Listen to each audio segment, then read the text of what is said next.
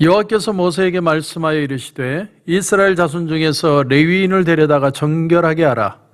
너는 이같이 하여 그들을 정결하게 하되 곧 속죄의 물을 그들에게 뿌리고 그들에게 그들의 전신을 삭도로 밀게 하고 그 의복을 빨게 하여 몸을 정결하게 하고 또 그들에게 수송아지 한 마리를 번제물로 기름 섞은 고운 가루를 그 소제물로 가져오게 하고 그 외에 너는 또 수송아지 한 마리를 속죄제물로 가져오고 레위인을 회막 앞에 나오게 하고 이스라엘 자손의 온 회중을 모으고 레위인을 여호와 앞에 나오게 하고 이스라엘 자손이 그들에게 안수하게 한 후에 아론이 이스라엘 자손을 위하여 레위인을 흔들어 바치는 제물로 여호와 앞에 드릴지니 이는 그들에게 여호와께 봉사하게 하기 위함이라.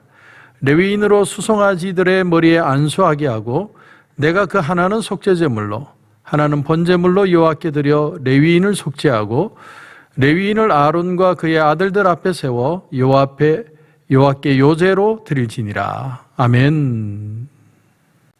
돌 전체에서 0.1%의 금만 있어도 그것을 금광석이라고 말합니다. 그러니까 1000분의 1이죠. 그러니까 1000분의 1의 금이 그 돌 속에 끼어 있으면 그 돌을 버리지 않는 거예요. 그런데 그 0.1%의 금의 가치가 돌의 가치라는 겁니다. 그 돌을 다 쪼개서 다 버린다 할지라도 절대로 그 안에 금은 버리지 않는 것이죠. 오늘 말씀에 구약의 레위인들의 위임식에 대한 얘기가 나옵니다. 레위인들의 정결의식에 대한 얘기가 나오는데 레위인들이 왜 하나님 앞에 바쳐진 삶을 살았냐면 이스라엘 백성들이 출애굽할 때 6월절에 이제 천사가 6월에 가고 그래서 장자들이 죽지 않는 집 앞에 문설주에 양의 피를 바르면 죽지 않는 그 놀라운 하나님의 은혜를 경험했는데 그런데 영적으로 보면 사실은 그 자녀들이 죽지 않은 게 아니라 그들은 하나님께 바쳐진 존재가 되었다. 그런 의미가 된다는 것이죠. 그러니까 살아 움직이는데 사실은 그들은 하나님 앞에 드려진 것이 되었다는 거예요. 그래서 그 드려진 삶을 희생적으로 누군가는 살아야 되는데 그 삶을 레위인들이 평생 살도록 레위인들에게 그런 사역을, 사명을, 책임을 주셨다는 거예요. 그래서 레위인들은 평생 하나님 앞에 사는 거예요. 유대인들의 10%밖에 되지 않는데 이 레위인들은 그들의 희생양, 그들의 삶의 대가를 자기들이 살아내는 것이죠. 마찬가지입니다. 사랑하는 성도 여러분, 우리가 팬데믹 상황 속에서 우리가 모든 사람들이 두려워하고 염려하고 걱정하고 어쩔 줄 몰라 하지만 사실은 이 세상 사람들을 대신해서 우리가 하나님 앞에 서 있는 겁니다. 우리가 영적으로 하나님 앞에 다시 서고 하나님 말씀 앞에 가까이 오고 우리의 삶을 정결하게 하고 하나님 앞에 나가고 애쓰고 수고하고 회개하고 우리가 기도하는 가운데 우리의 모습을 통해 이 세상을 회복시키는 사역, 그것이 우리에게 주신 영적 레위인의 가치라고 하는 것입니다. 오늘 우리가 이 말씀을 통해 오늘 이 유대인들의 레위인의 정결 의식을 통해 참 하나님 앞에 우리의 삶의 가치, 우리가 어떤 자세로 서야 할지를 우리는 배워야만 할 것입니다. 엘리야 시대 때 엘리야를 통해서 하나님이 가뭄의 시작을 아합 왕에게 예언하게 하시죠. 그래서 3년 6개월 동안 비가 땅에 내리지 않았습니다. 그런데 하나님 앞에 또 하나님이 때가 되어서 기도하게 하셨더니 간절히 엘리야가 기도할 때 저 서쪽에서 조망만한 주먹만한 구름이 날아와서 그것이 먹구름이 되더니 큰 비가 내리게 됩니다. 여러분, 뭘 가르쳐주고 있느냐면 이 땅을 다스리는 분은 이 세상의 돈이나 이 세상에 인간이 섬기고 있는 우상이 아니라 하나님이 이 땅의 주인이라는 걸 가르쳐주는 것이죠. 오늘도 마찬가지입니다. 팬데믹 상황 속에서 백신에 어떤 차질이 생기고 공급이 딸리고 별의별 일이 다 생기고 변종이 생기고 특별히 아프리카 변종은 더 무섭다고 그러고 여러 가지 의견들이 있지만 그러나 이 땅을 회복하는 그 모든 손길이 하나님의 손 안에 있다는 것, 그것을 믿는 자가 하나님 앞에 서 있는 영적 레위인들이라고 하는 것입니다. 오늘 레위인들의 안수식, 그 안수식을 말하는 위임식이 나오고 있습니다.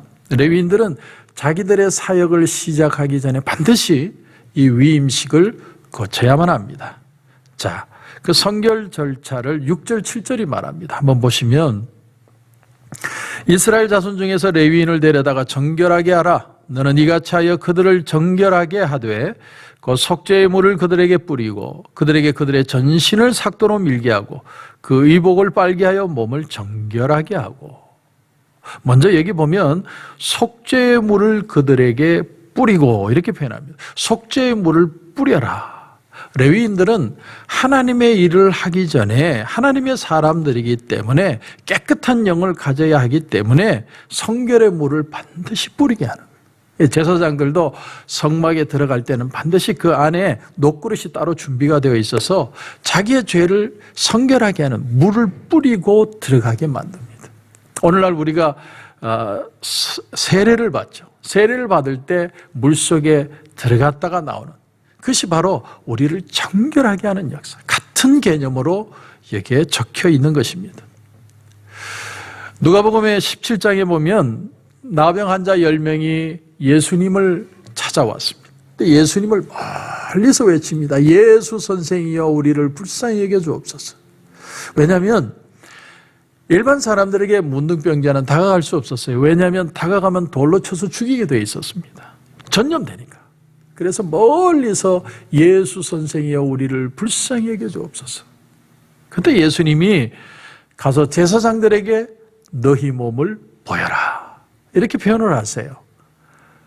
그러니까 이 문둥병자들이 제사장에게로 가죠. 제사장에 가는 이유는 뭐냐면 제사장에 가서 그들의 모든 나음을 보고 그들에게 이 정결의 물을 뿌려주면 정결의 물을 뿌려서 정결하게 되었음을 선포하면 이제 그 사람들은 자유인이 되었던 겁니다. 이 속죄의 물, 이것을 정결의 물, 깨끗하게 한다는 뜻입니다. 깨끗하게 해준다. 예수님이 잡히시기 전날 밤 제자들을 하나하나 예수님이 발을 씻기죠. 발을 씻길 때 예수님이 너희들은 몸은 이미 다 목욕한 사람들이 발만 씻으면 된다. 그래서 발을 씻깁니다. 예수님이 그 발을 씻긴 데는 두 가지 의미가 있습니다. 첫째는 우리 신앙인의 삶은 섬김의 삶이라는 거예요. 우리가 내가 나를 드러내고 내가 누구인지 보여주고 존재감을 드러내고 그것이 신앙인의 삶이 아니라 우리는 섬기기 위해서 서 있고 끝까지 섬기는 자의 순종의 삶을 살아야 한다. 그것을 예수님이 보여주는 거죠.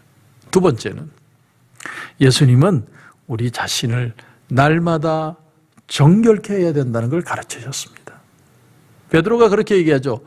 주님 내 발은 씻기지 못합니다. 내가 너를 씻기지 않으면 너는 나와 상관이 없다. 그러면 주님 저 다 씻겨주십시오. 근데 주님이 뭐라고 얘기를 하세요? 이미 씻겨온 자는 발밖에 씻겨올 것이 없다. 여러분 우리가 매일같이 짓는 죄가 있어요. 매일같이 우리가 회개하는 모습들이 있습니다.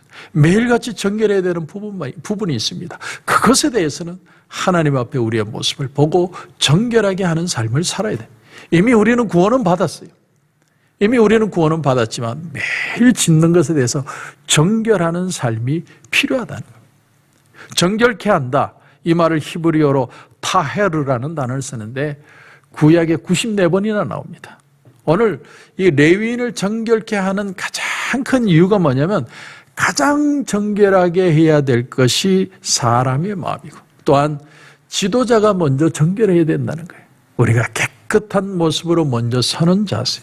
우리 자세가 정결하지 않으면 우리가 하나님의 말씀을 드러낼 수 없다는 것이죠. 예수님이 십자가에 달려 돌아가실 때 한편 강도 그 사람이 무슨 11조를 드린 적이 있습니까? 자기가 회개의 기도를 하나님 앞에 1분이라도 드린 적이 있습니까? 그런 거 전혀 없습니다. 오로지 예수님에게 이렇게 얘기하죠. 당신의 나라에 갈 때 나를 기억해 주십시오. 정말 자기 중심으로 주님에게 고백하고 있죠. 주님을 내 인생에 나를 씻기고 회복시킬 수 있는 분으로 고백하고 있는 거예요. 그 회개하는 마음, 그것이 바로 정결의 마음이라는 거죠. 요한일서 1장 7절에 보면 그가 빛 가운데 계신 것 같이 우리도 빛 가운데 행하면 우리가 서로 사귐이 되고 있고 그 아들 예수의 피가 우리를 모든 죄에서 깨끗하게 하실 것이요. 빛이 있으면 정결하게 된다. 어둠에 다니면 정결하지 못합니다. 오늘 레위인들이 정결의식을 통해서 보여주는 영적 의미는 우리는 늘 빛 대신 예수님과 동행해야 된다는 게, 그게 정결의 삶이라는 거예요. 우리 오늘도 하루를 살면서 주님과 함께 동행하는 마음을 가지는 그 자체가 정결의 삶이라는 걸 가르쳐 줍니다. 옛날에는 광부들이 탄광에 들어갈 때 꼭 그 새 한 마리를 가지고 들어갔답니다. 왜냐하면 탄광에 들어가면 무너질 위험도 있지만 제일 무서운 것 중에 하나가 가스가 새는 거예요. 무색의 가스. 사람은 모르지만 짐승은 아는 거죠. 그래서 그 새가 먼저 그 냄새를 맡고 죽으면 그때는 우리는 뛰어나가야 될 때다. 빨리 깨닫고 뛰어나갈 수 있기 위해서 새를 한 마리씩 꼭 가지고 들어갔다는 거예요. 여러분, 영적인 신호가 있죠. 영적으로 깨끗하면 작은 더러움에도 우리가 반응하게 돼요. 내가 하나님 앞에 정결하고 예수님과 동행하는 삶을 살면 작은 것에도 센시티브하게 영적으로 살아있는 삶을 살아갈 수 있다는 거예요. 그것이 축복받은 인생이고 그것이 하나님이 기뻐하는 삶이라고 우리에게 가르쳐주고 있는 것입니다. 자, 속죄의 물, 정결의 물을 뿌린 뒤에 레위인에게는 두 가지 의식이 더 있었습니다. 두 번째는 뭐냐면 7절을 다시 보니까 그들의 전신을 삭도로 밀게 하고, 그러니까 몸을 깨끗하게 해서 하나님 앞에 서라는 거예요. 여러분, 처음에는 뭘 했습니까? 물을 뿌려서 정결하게 만들었다면 이제는 몸에 있는 털을 다 밀게 했습니다. 우리가 대수술을 할 때, 수술할 때 보면 온 몸의 털을 다 밀어내지 않습니까? 그처럼 무엇을 우리에게 보여주느냐 하면 우리의 마음이 깨끗해졌다는 것은 마음만 깨끗해지는 것으로 끝나는 게 아니라 우리의 삶에도 정결의 삶이 필요하다는 것을 가르쳐주고 있습니다. 우리가 말로만 나는 하나님 앞에 회개합니다, 바로 살겠습니다 하면 되는 게 아니라 우리가 정말 삶에도 그런 결단이 필요하다는 것을 보여주고 있는 것이죠. 자, 또 하나는 의복을 빨게 하여 몸을 정결하게 하고, 또 한 가지가 뭐냐면 깨끗한 옷을 입어야 되기에 옷을 빨아라, 이렇게 표현합니다. 옷을 깨끗하게 빨아라. 옷까지도 깨끗하게 했다. 여기에는 하나님의 어떤 뜻이 담겨져 있느냐면 우리의 삶에 날마다 믿음을 결단하는 삶이 필요하다는 거예요. 내가 그냥 하루를 사는 게 아니에요. 우리가 믿음으로 살려면 결단이 필요합니다. 우리가 정말 마음을 다해서 결단하지 않으면 믿음의 삶을 살아갈 수 없다는 거예요. 그것이 의복입니다. 의복. 옷을 깨끗하게 한다는 건 믿음의 결단을 하는 삶을 살라는 것이죠. 하나님은 우리가 한 가지라도 애쓰는 것을 기뻐하십니다. 많은 것을 하는 것을 원하는 게 아니라 하나라도 하나님 앞에 애쓰는 모습을 하나님이 기뻐하신다. 여러분, 프랑스 북부에서 포르투갈까지 야곱의 길이라고 불려지는 순례의 길이 있다고 하죠. 아주 유명한 길인데 조이스 럽이라고 하는 사람이 그 길을 걷고 난 뒤에 느긋하게 살아라, 그런 책을 지었습니다. 그래서 그 책이 베스트셀러가 됐죠. 프랑스에서 시작해서 그 스페인 북부 산티아고, 그러니까 성 바오로 성당까지 무려 500마일 거리인데 36일 동안 걷는 길이랍니다. 순례의 길, 아주 유명한 길인데 저도 기회가 되면 한번 갔으면 하는 마음은 사실은 있습니다. 책 속에서 이 여행을 통해서 중요한 두 가지를 배웠는데 그 두 가지를 우리에게 가르쳐 줍니다.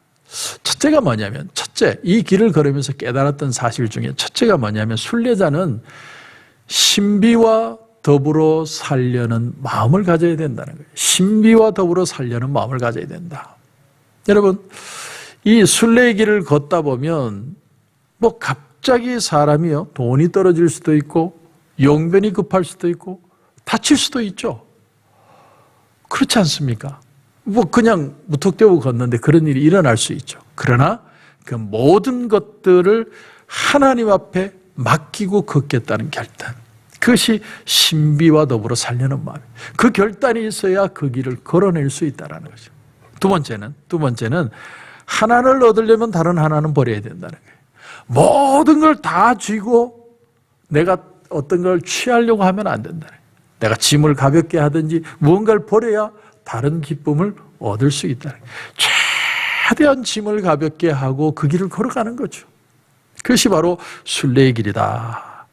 여러분, 우리가 그렇습니다. 우리가 지금 영적인 순례의 길을 걷고 있습니다. 우리에게도 참 결단이 필요합니다. 신비와 더불어 살려는 마음. 정말 안개와 같은 이런 팬데믹 상황 속에 얼마나 많은 두려움도 있고 염려도 있습니다. 그러나 하나님 앞에 내 마음을 맡기는 거죠. 맡기고 걸어가는 거예요. 그러면서 담대하게 걸어가는 겁니다. 이 마음이 있어야 영적인 순례를 할 수 있는 거죠. 그런가 하면 버리지 않으면 얻지 못한다는 거예요. 내 마음에 이것도 취하고 저것도 취하고 저것도 중요하고 이것도 중요하고 그 마음을 가지면 얻는 은혜는 없어요. 내가 희생할 건 희생하고 회개할 건 회개하고 하나님 앞에 서서 걸어갈 수 있을 때 하나님은 우리의 삶을 축복해 주실 것입니다. 영적인 제사장, 이 레위인의 삶을 통해 우리의 오늘 하루의 삶도 하나님 앞에 정결하고 하나님이 귀히 쓰시는 은혜의 삶으로 축복받는 저와 여러분이 되시길 주님의 이름으로 축원합니다. 기도드리겠습니다. 하나님 은혜를 감사합니다. 오늘 말씀을 통해 이 레위인들의 정결의식 또 위임식에 대해서 생각해 보았습니다. 하나님, 우리가 이 세상에 영적 제사장으로 서 있다라는 이 의식부터 다시 한번 살아나게 해 주시옵소서. 우리가 그냥 마냥 고통 속에 있는 게 아니라 세상을 대신하여 하나님 앞에 있고 우리가 정결하게 하고 회개할 걸로 회개하고 하나님 앞에 설 때 결단할 때 우리의 모습을 통해 하나님이 이 땅을 회복하신다는 사실, 그 사실을 믿고 믿음 안에 승리하는 은혜의 삶이 되게 하여 주시옵소서. 오늘도 기도하는 가운데 하나님 큰 은혜 주실 줄 믿고 예수님의 이름으로 기도드립니다. 아멘.